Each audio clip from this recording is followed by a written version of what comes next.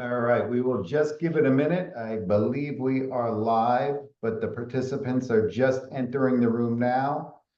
So I can see the number going up. So be patient with us for a couple of minutes and we will get started. And thank you for joining us.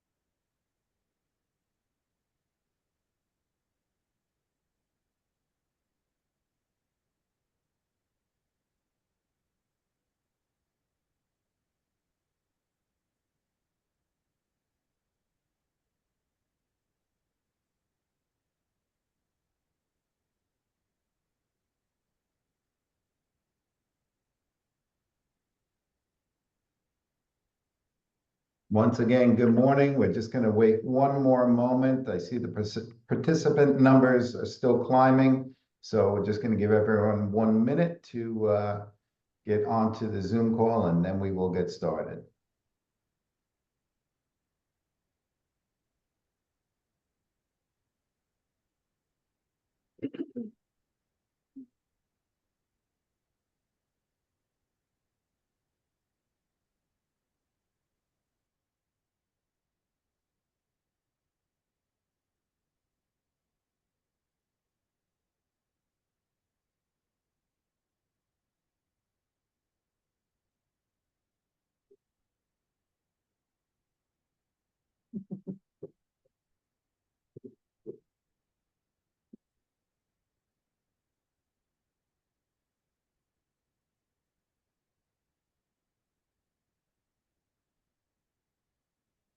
All right, so let's get started. So welcome and thank you all for joining us today here at the New York Community Trust, formerly the Long Island Community Foundation. We have some exciting news to share. As you may already know, the New York Community Trust is celebrating its 100th anniversary this year. As such, we've launched a new brand, a new logo, a new website. We have new email addresses. But don't worry, none of it's changed. It's all the same staff, all the same people. We've always been part of the New York Community Trust. Just we're using this opportunity to end some of the confusion. What was the relationship between the Long Island Community Foundation, the New York Community Trust? We're all one organization, always have been, but now we're all branded under the New York Community Trust. So we've sunsetted the Long Island Community Foundation name. We are now known as the New York Community Trust Long Island office. With that, we're also updating a lot of our technology. So as you'll hear today, in the past, we had a manual way to submit your applications for grants. Now it's all going to be online through our portal. If you've ever applied before for any of our collaborative stuff, you may have already used the portal, but we're going to go through some instructions today. Again, same priorities, same staff, as you'll see here. Also, some other exciting news. On July 1st, we opened up our new Long Island office. So our old office lease was up at the end of June. July 1st, we got into our new location, which is 50 Vanderbilt Motor Parkway in Comac. So it's right on the edge of the Hauppauge Industrial Park, just off the Long Island Expressway. Just a few things for housekeeping. I believe the group is all muted.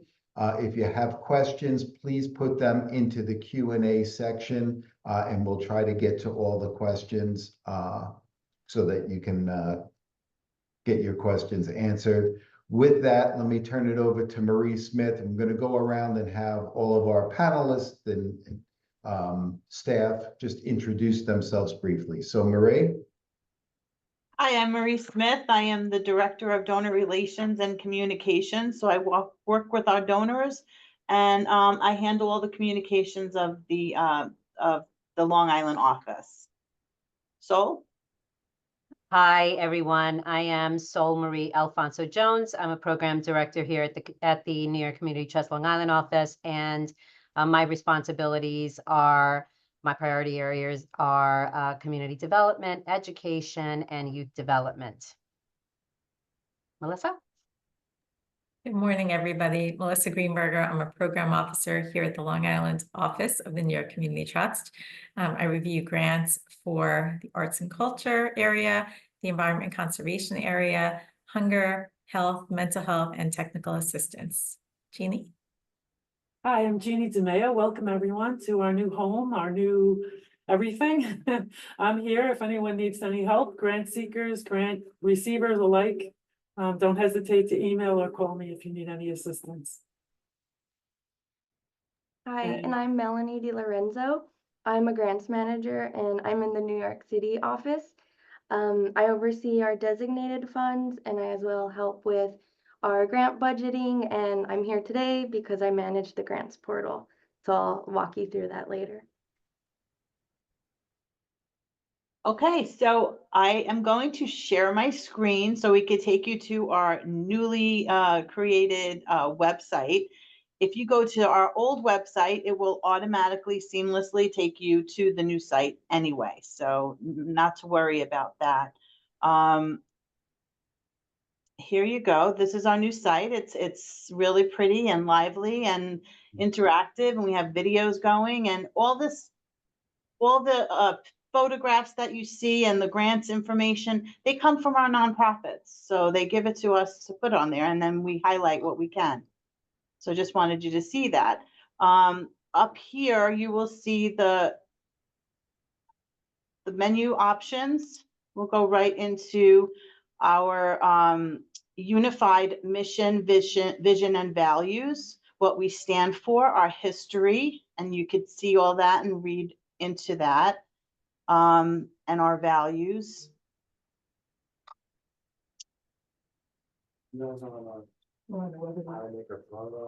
And if you go to our team here, you could see, and this is, you can meet our president, Amy Freitag, and the location. So we're going to be concentrating on Long Island. So you could see the team here on Long Island. Just introduced ourselves.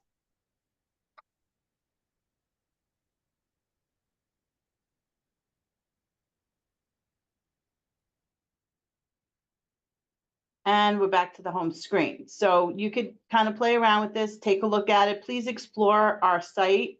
We're really excited about it. It's really a great website and very user-friendly. You just got to kind of play around with it a little bit. If you scroll down here, there's different ways to get to different areas. So like you could even get to the nonprofits here, but we're going to go right down to the Long Island page first. So here you got, again, pictures are from nonprofits that give us their photographs of the work they're doing.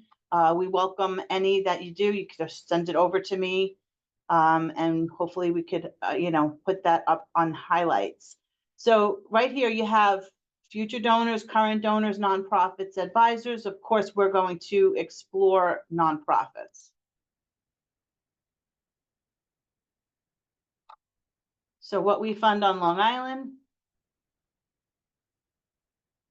Okay, we're going to go right into one of these. These are all our issue areas. They're all the same. They have not changed.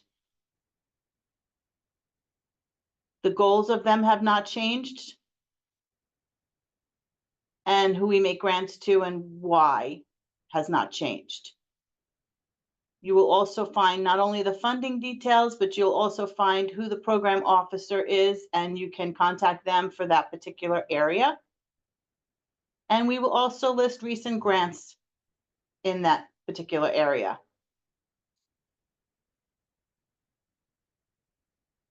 So we're gonna go right into here, info for nonprofits. So while you're in that particular issue area, you will see here, there's a Q&A. So how does the trust support nonprofits? And it talks about all the different ways that you can apply for funding. Then it asks how is my nonprofit eligible? So you could take the quiz to confirm your eligibility. You don't have to, because you kind of already know, most of you. But if you want to confirm your eligibility, you take the quiz. These are the things we don't fund. Where are your activities for support where is that gonna take place? We'll concentrate on Long Island. And you could select which ones are relevant to you. So let's just do 2. And then you will get more information on the details. It's the same thing that we just saw, but now you'll have a little bit more information.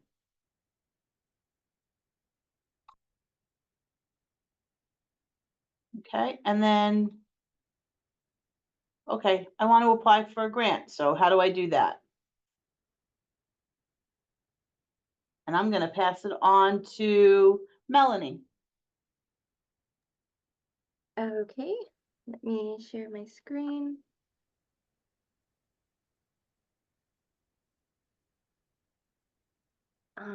Okay, can everyone see that?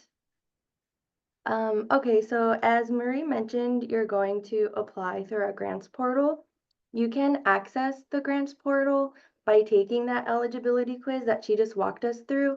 But if you go to our main page, you can also access it here. There's this link that says Grantseeker portal. Please note there's a link right by it that says My Grants. That is only for donors. So if you're applying for a grant and you're a grantee, make sure you go to this Grantseeker portal link up here. So once you do that, you'll get to our portal and you have a few options. So you can apply to one of our competitive grants programs, or you can apply to our additional requests for proposals or inquiries for letters of interest. You can open a saved cover sheet. You can check on the status of a proposal or upload a monitoring report.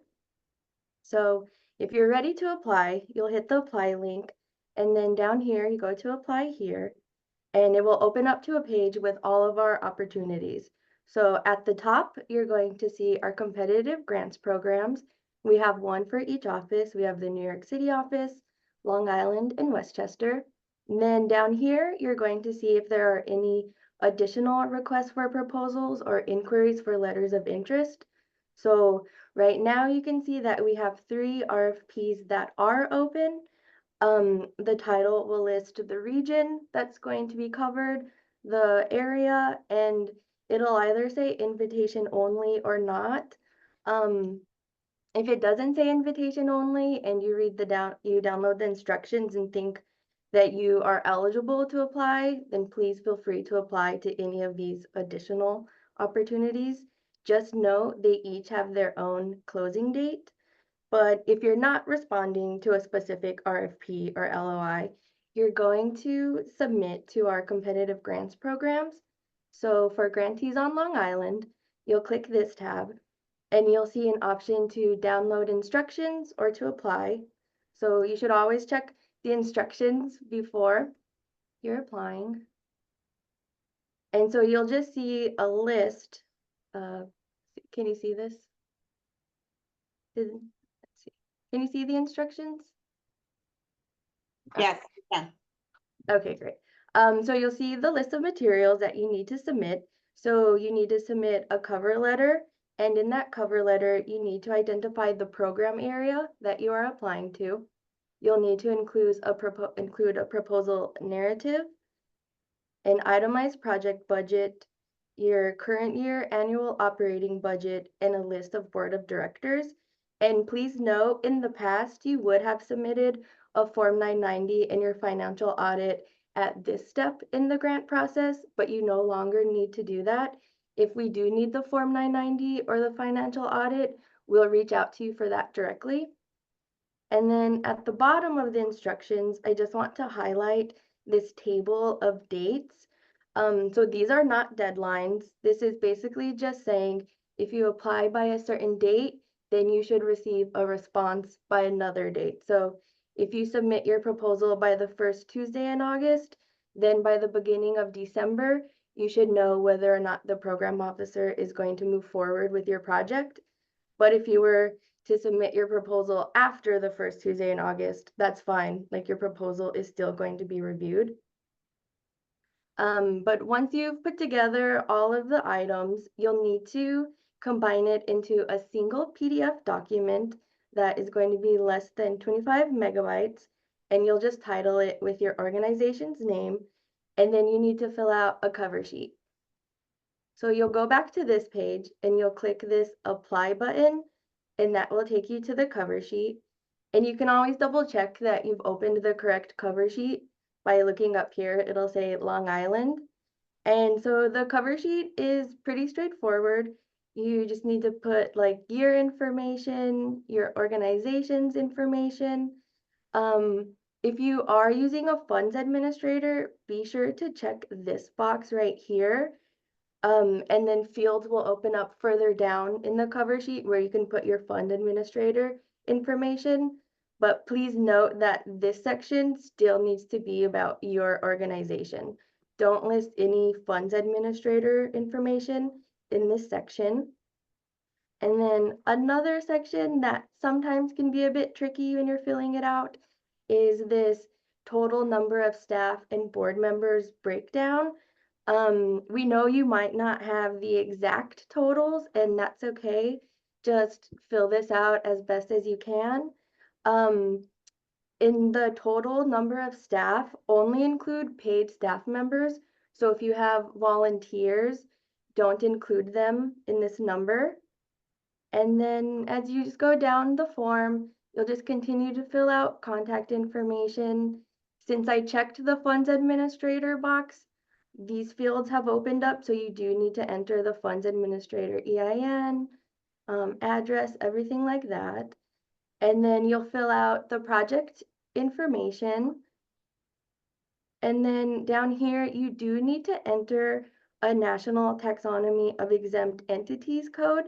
If you don't know what your code is, you can follow this link and it will take you to GuideStar, and you can just search for the organization, your organization, and you'll see the list of codes. And you need to select at least one code from the list, but you can choose up to 3.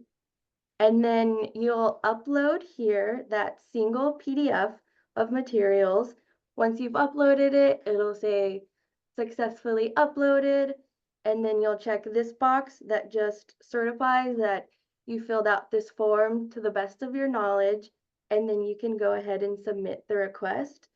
But say you've started the cover sheet and you're not quite ready to submit, you want to come back to it, you can always hit this save for later button and you'll receive an email that will have your cover sheet ID and a link that you can follow that will take you back to the cover sheet form.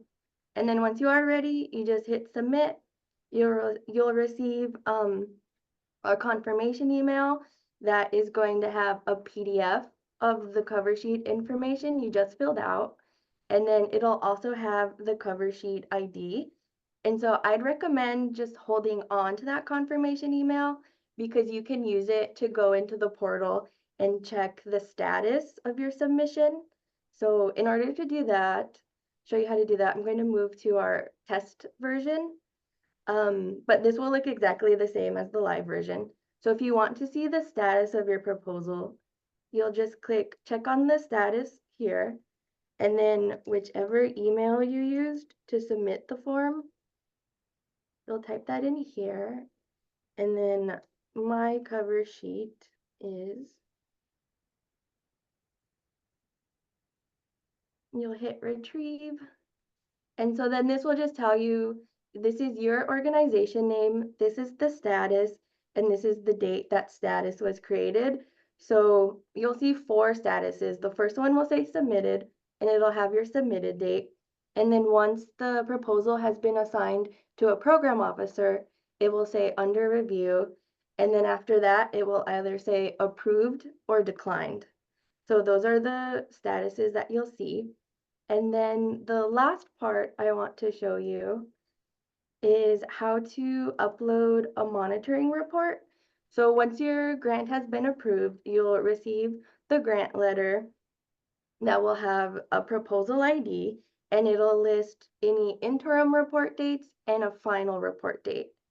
So here you'll also enter the email of the contact, and then depending on the proposal ID, you'll hit retrieve, and then it's just going to open up a page about all of your grant information. So this is your organization name, the purpose, the objectives will be listed. You'll see who was the program officer, the board date that it was approved on. And then here you can access our publicity resources. So if you download this, it'll open up like a media flyer. You'll have our logos. It shows you ways to publicize the grant on your own, or if you would like us to help publicize, it tells you how to reach out to us. And then down here is where you're going to submit the reports. So you can use these 4-line items to help you prepare the narrative. It'll help you format it. But once you have the narrative ready to go, make sure you combine that with the fiscal accounting as a single PDF, and it also needs to be no larger than the 25 megabytes in size. And then you'll see which report you need to submit. So I have an interim report that's due today. So I'll just click this upload report button, select the file, and it'll say report has been uploaded. Your program officer will receive an email notification, and then they'll reach out to you if they have any questions. And so that's pretty much the process for submitting a proposal, checking on the status, and submitting the reports. But just a few things to note, that if your proposal was approved before our transition in June, then you need to submit your final reports by email to Jeannie. And then if you're applying for a Long Island Unitarian Universalist Fund grant, you also cannot go through the portal at this time. So Sol is going to walk you through the steps for that. Great, thank you so much, Melanie. And let me just say at the beginning that, we hope that this streamlined process really makes application submission simpler. We also understand that this is new, so we want to be able to work to make it as seamless for you as possible. Please do feel free to reach out to us, as you encounter any issues or if you have any questions. So the Unitarian Universalist Fund, for those of you that are interested in applying for this, as Melanie said, has its own page and its own processes. So this is the cover page, and it gives you some information very similar to what we had on our previous website. You can continue to scroll, Melanie. So just more information, again, with, as Marie said, pictures of our grantees in action. You can continue to scroll. And then, like the competitive grants page, we also have frequently asked questions, which will nothing has changed. As Dave said at the very beginning, we continue to support the same type of work through the Unitarian Universalist Fund. However, if this is where you can find more information about that. What is it that that this fund looks to support? Who is on the advisory committee that helps to inform this grant making and approves it? The principles of the Unitarian Universalist Fund, which we ask that you connect your project to, and then how do I apply for a grant? Again, I want to once again repeat what Melanie said. You do not have to go through the portal. You should not go through the portal for a Long Island Unitarian Universalist Fund. Many of you know that you can submit proposals through the competitive grant making. and through the Unitarian Universalist Fund at the same time. You will just need to remember that the competitive grant making goes through the portal, and the Unitarian Universalist Fund follows these instructions, or the instructions that Melanie said, which is, you prepare your proposal, you prepare your supplemental document, and then you submit them to, like before, proposals at thenytrust.org. It is on the bottom of this. It is also in instructions. Melanie, if you want to just go look at the instructions really quickly. None of this has changed. If you've applied for a Unitarian Universalist Fund grant before, these instructions are the same. What we're asking for the narrative is the same, and our budget documents for the most part are the same. The only one thing that I want to highlight is that the proposals, if you want consideration by the end of this year, then a proposal must be submitted by 11:59 on August 5th, which is different than the competitive grant making that Melanie spoke about. That proposal for consideration by the end of the year should be in by August 6th at 11:59 p.m.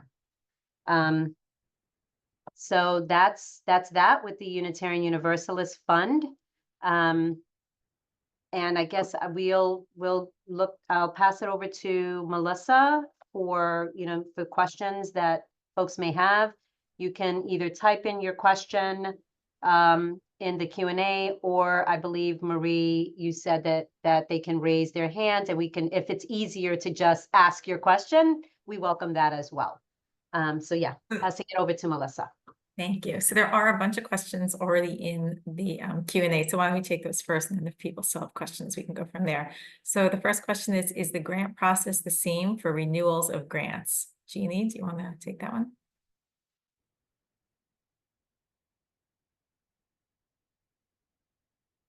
Jeannie? You're still on mute. Sorry, yes, exactly the same process. Thank you. The next question, what metrics do you monitor to determine if funding priorities need to be changed periodically? Also, do you focus mainly on problems that are already evident or on prevention as well? So maybe you want to take that one? Sure. So, the metrics that we use really are for our, we work with the nonprofit sector really, really closely, in addition to other stakeholders in the region. I think everyone should know that the Long Island staff and board are all Long Islanders. We are, very knowledgeable about our place. And we lean on our nonprofit partners who are content experts. So we are constantly doing a reevaluation of what we're funding, what is happening in the region. We have made tweaks as it pertains to, to the changes that are happening in our region. In those instances where we feel like there's an immediate need to address something that is not in our grant making priorities, we will respond in some way, whether that is joining with other funders to develop a donor collaborative to be responsive, or to allocate a specific set of dollars to address that issue, as in the case of any emergency that this region has faced in the last, any emergencies that we face. So we definitely are constantly thinking about and talking to our partners like you all about the needs of the region and how we are responding to those. We are a fairly small foundation, or an office of the New York Community Trust, and so we do the best that we can to be able to address the needs given the resources that we have.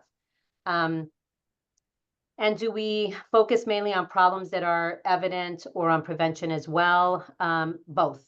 And that's a really good question, because we believe that the strategy is, it has to address both immediate needs as well as prevention of those. Thank you. Next question, what is a funds administrator? Throw that out there. I don't know which one of you wants to take that one. Why don't you do that, Melissa? So in some circumstances, whether it be a new organization, an organization that might not have its C3 status yet, or doesn't have a track record, or is asking for a grant much larger than its budget, the New York Community Trust has a procedure where you can work with a funds administrator. So it's another organization that's already established that has C3 status that can monitor the grant for you. So they would take in the funds for you and then manage it with you and sort of teach you how to build your capacity to become a grantee on your own and accept those funds on your own in the future. Is there anything Melanie or Jeannie or Dave want to add to that? Other people may know it as a fiscal sponsor, but funds administrator, I think Melissa just did a great job describing who it is. Thank you. All right, next question. Can more than one writer access the portal with answers? For example, one person answers part of the application and another answers the rest. Melanie, maybe that's good for you. Yeah, so you can have multiple people working on the cover sheet, but you do need to kind of access the cover sheet with the one email that was used to submit the cover sheet and the cover sheet ID. So like if Melissa submitted something under her email, but Sol wanted to access it, she would have to still log in using Melissa's email and the cover sheet ID. Great, thanks. And in terms of the narrative that you're doing, that's not actually going to the portal. So anybody can collaborate on that because you're going to upload it into a PDF before you submit it. Next question is, some grants are invitation only. How would we go about submitting an LOI and what are the deadlines for that? You want to take that one? Well, we don't have any LOIs currently. If we did, I'm sorry, any requests for proposals currently, if we did, or LOIs, it would be on, Melanie, I don't know if we can pull up because it would be on the page that that has how to, Marie actually was showing how to apply for a grant, and it has a section there that has competitive grant making or LOIs, and that would be where you would so right, yes, right here. So no LOIs are available at this time. You would see it there. If it is if it's by invitation only, then you should receive that from us, and you would go here and apply in the same way. Yeah. Next question, if we are declined, is it possible to get feedback? So as a program officer, I routinely get questions from applicants, for feedback, why they weren't successful or what could they do better. I'm always happy to have those conversations, and I think Sol is as well and answers those questions as well. Next question, to clarify, there is no Long Island RFPs. Can we still submit a proposal via ongoing competitive grant section if it is within the what we fund guidelines of the area we serve? So yes, Long Island is now considered ongoing competitive grants. And if you align with any of our program goals, you can certainly submit through that. Anything anyone wants to add to that? No? Okay. Next question, are there any RFPs available for Long Island right now? So we answer that, no, it's the ongoing competitive grants. Have a PDF for a grant report. As I understood, the report and supporting documentation gets emailed to Jeannie. Is that still correct? That is correct. And Jeannie, you want to give your email? I can also. Sure, it's JDeMaio, DEMAIO at thenytrust.org. Yeah. And also, if you go find us on the staff, so go out to the website, and on the staff page for Long Island, we have all of our contact information as well. Great. Question, is it still true that current grantees must wait until the end of their grant before submitting a renewal proposal? So this is somewhat flexible right now. We're changing a little bit. I don't know if anyone wants to take this. And the reason I say this because on our new instructions for applying, it says that if you haven't yet submitted your final report within your new proposal, you can put in the progress you've made so far, and I guess your plans to spend out the rest of the grant. Anybody else want to? I mean, that said that we can't finalize a decision on a new grant until your existing grant is closed out. So the process, so before the end of that process, when decisions need to be made, you have to submit a final report, not just a progress report. And we would probably follow up with you to talk more directly about when we would need that final information. Yeah, as David. Sol said, the prior grant has to be completed. Again, our typical grant, unless we have other conversation, is 12 months. If you finish it out in 11 months and have all the requisite information and reporting to us, yes, then we will accept, a new proposal. We often have groups then who will be asking for extensions. Hey, we need another 3 to 6 months to complete the work. So until you get through that period and complete all the work, we would not be able to, you would not be able to submit another proposal. The next question is, and I apologize for the background noise if you hear that, the dates aren't there. So you have to go into our instructions page to find the dates, the cutoff dates. So currently, if you submit into your proposal into the Grantseeker portal by August 6th, it will be considered before the end of this calendar year. I noticed there is a category for senior services in the New York City list, but not Long Island. Are we still eligible to apply for a grant? So you'd have to see whether it aligns with some other program goal. If you have any questions, feel free to reach out to either Sol or to me or anybody else on staff if you have questions. Next question, can you submit more than one proposal if you apply under different categories? Sol, you want to take that? Because I see you shaking your head. So no, you cannot, in most instances, as I mentioned initially, you can submit a proposal for the Unitarian Universalist Fund and our competitive grants, but you cannot apply for two competitive grant programs in the same year. It's one per year. And the only exception is in those instances where universities apply, they can apply for two. And I don't think that there are any other large institutions that don't fall under university. Yeah, the only other exception besides LIUU would also be for any of our collaborative funds. The collaborative funds are also separate. So say you're an environmental organization and you're applying to the LICF competitive grants program, but you also want to apply for the Long Island Sound Funders Collaborative, that is acceptable because that's a separate funding pool from our competitive grants.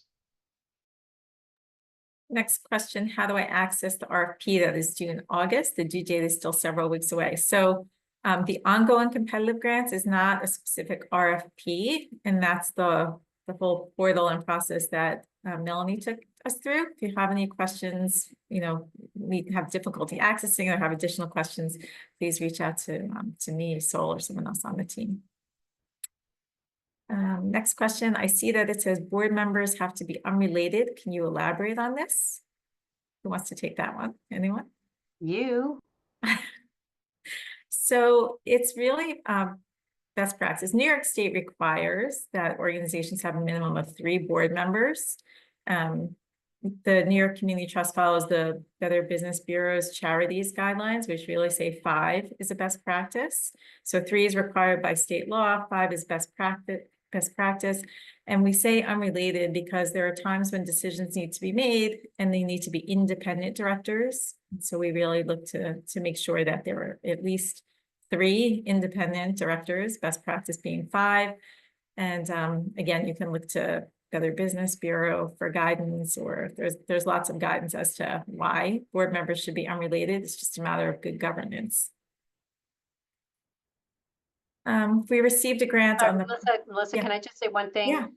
One of the areas that we didn't go into, but you may recall from our previous website, is that we have a whole list of resources for nonprofits, and you should take a look at that because there's a lot of information there that that talks about you know, the best standards and several other you know, other resources.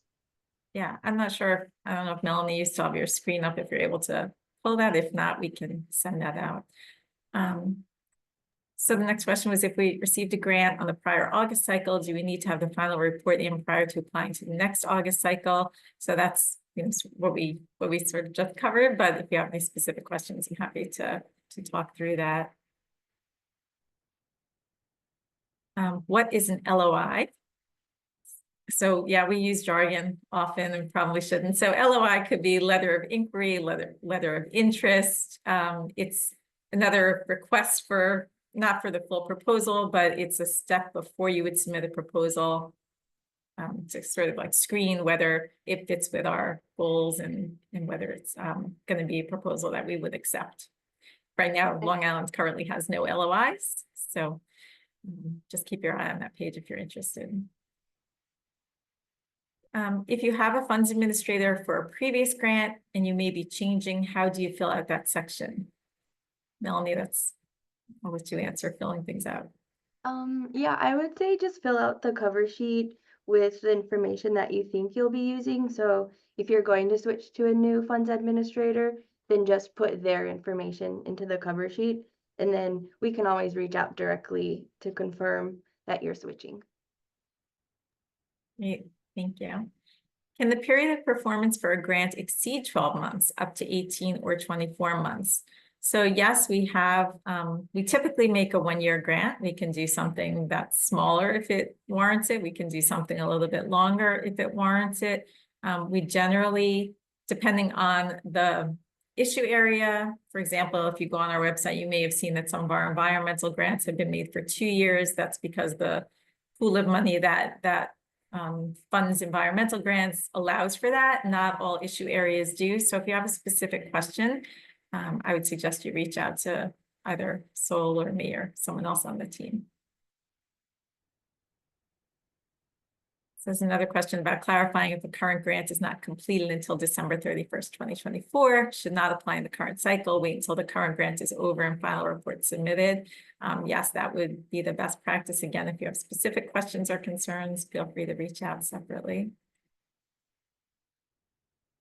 To clarify for universities, they can apply for competitive grants in 2 separate categories. For example, health and education in the same year. Sol, I see you shaking your head. You want to answer? Yes, you can. Can a South Shore-based 501c3 apply for the Long Island Sound Collaborative Funds? So this would depend on the work that's being done, but happy to have a separate conversation to discuss what the project would be and see if it aligns with Long Island Sound Stewardship Fund. Next question, is there a minimum and maximum award amount on competitive grants?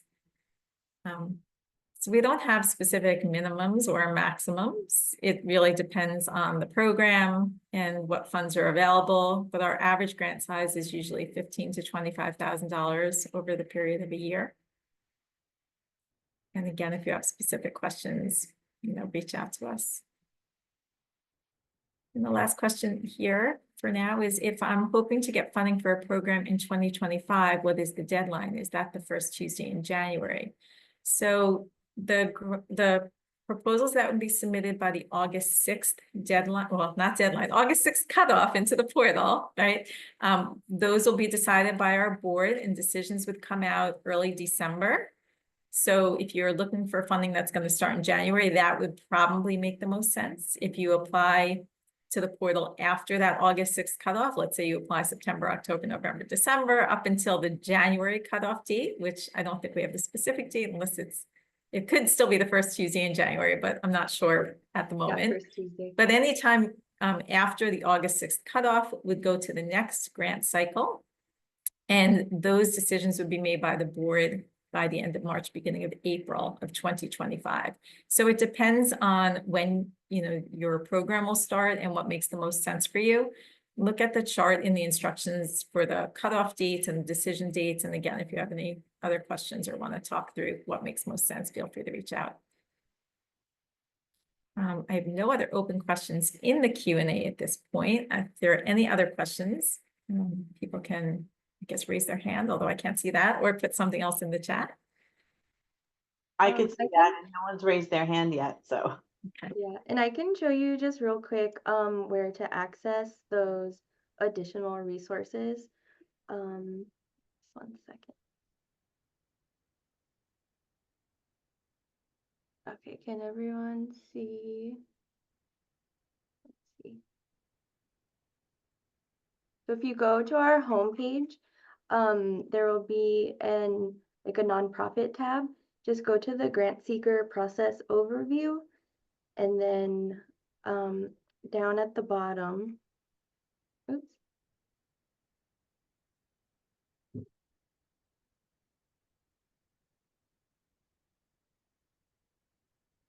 Oh, oops, sorry, maybe. Oh yeah, okay. So then just scroll down to the bottom and you'll see the nonprofit resources. We have different pages. So we have a tax compliance legal resources, boards, fundraising, and other resources, and then media and communication resources.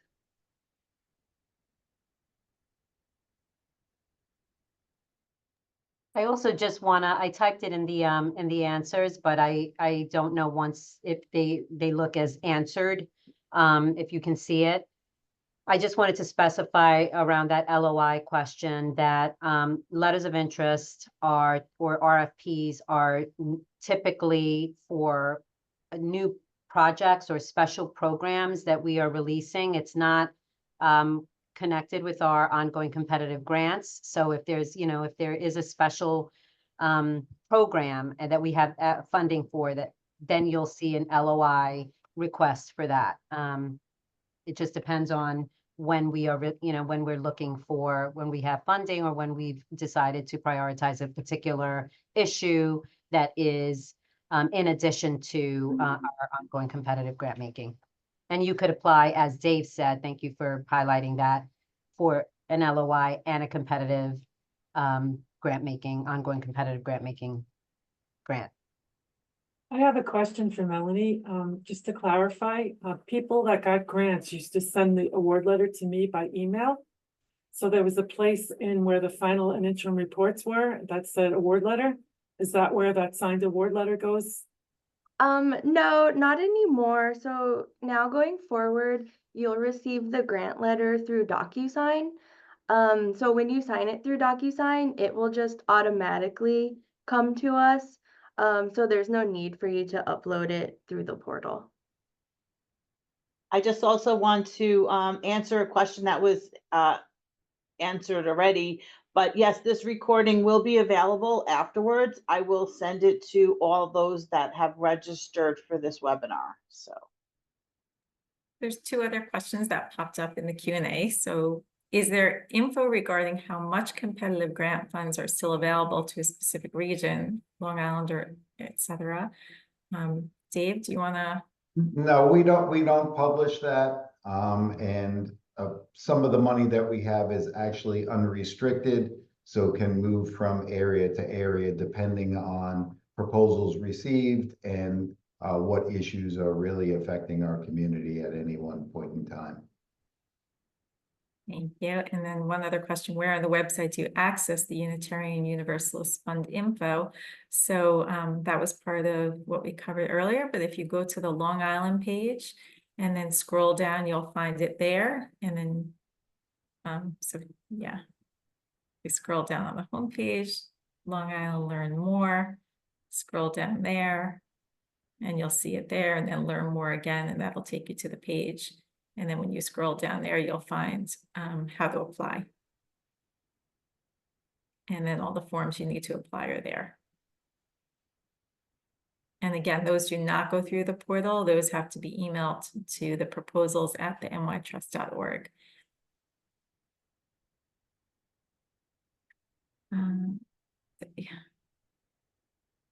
The grant report requires a budget. Can we submit our own final program budget form and send supportive documentation?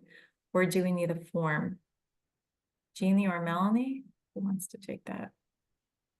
So if you're submitting a report for like our ongoing competitive grants program, you don't need to format it in a certain way. You just need to make sure that you combine all of the materials though into a single PDF. But as Sol showed us for grants from the LIUUF fund, there are budget forms that you should follow the directions on those forms.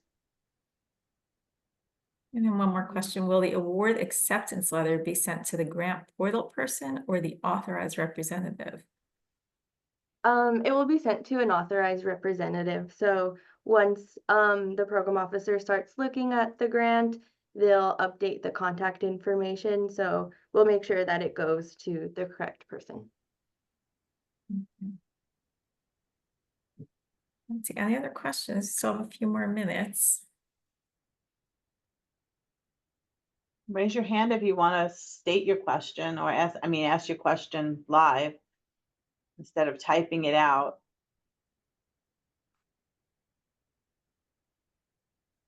Okay.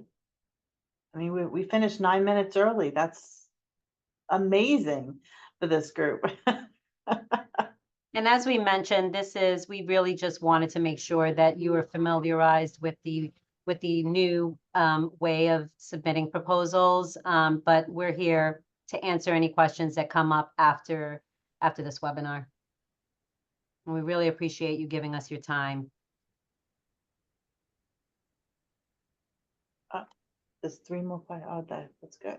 All thank yous. I see that. Good. Okay, and of course, you could always reach out to us, and please explore the website. It's really, it took us a lot of work, a lot of hard work, and a great team effort. So we would love your feedback. So please feel free to give us feedback on the website. What works, what doesn't work, what you love, what you don't like. We want to hear it all. And thank you all for your time this morning. I know you got busy schedules, but changes on our end. We just wanted to make you aware of them. We're here to partner with you and work with you. So keep up the great work you're doing out in the community, and we hope to hear from you all soon. Have a great day. Bye. Bye, everyone.